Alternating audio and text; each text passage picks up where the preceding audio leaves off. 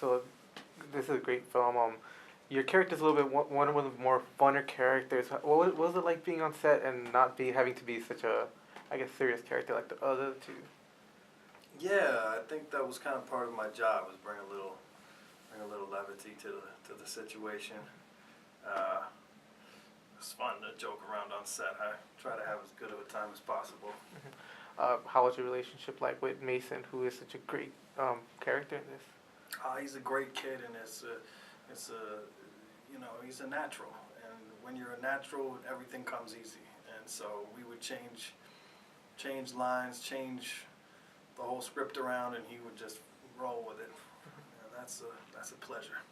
You had to play around with him a lot. Was that like something you guys did just spontaneously, or did you guys, plan out what you guys were gonna do? Yeah, a little bit of both.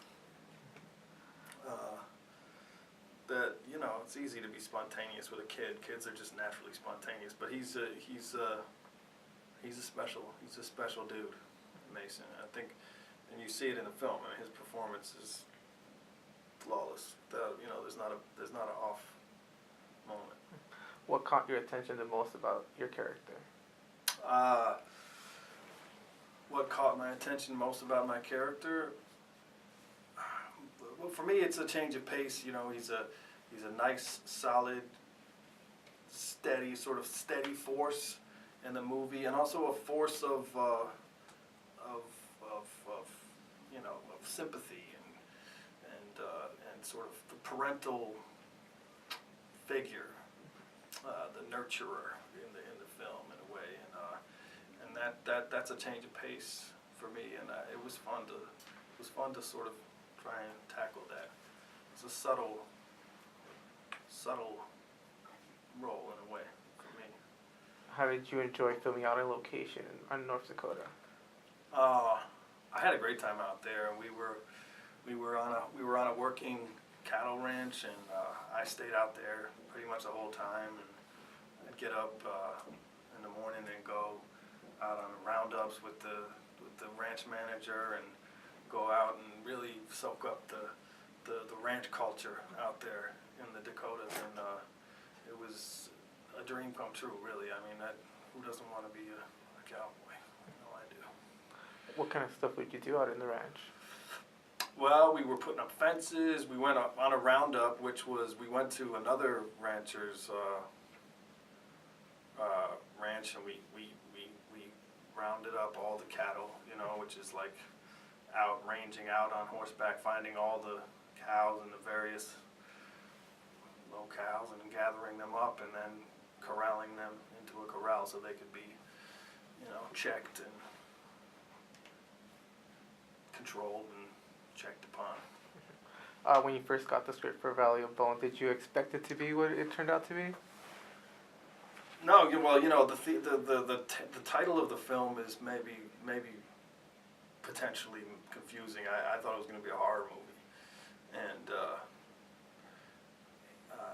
I was pleasantly surprised to see it be this sort of like heartfelt adventure story that's really about family.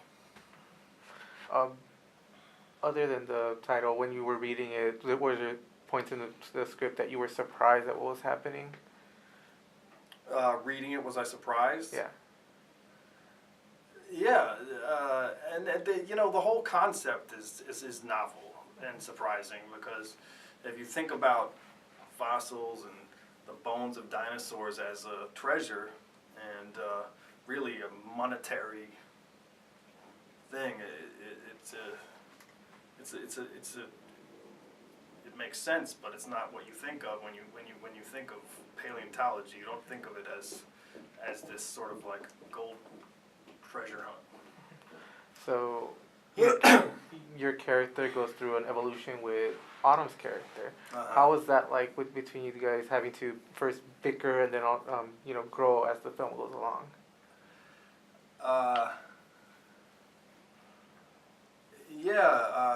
The relationship is there's a lot that goes unspoken in terms of their backstory. We eventually come to understand that he is her brother-in-law, and we sensed that there was some sort of rancor between them. But I think it's sweet. It's sweet the way it develops. I mean, as she develops into a mother who's able to warm up and care for her child, he develops from, you know, maybe a guy with no real direction in his life to, you know, someone who's part of a family.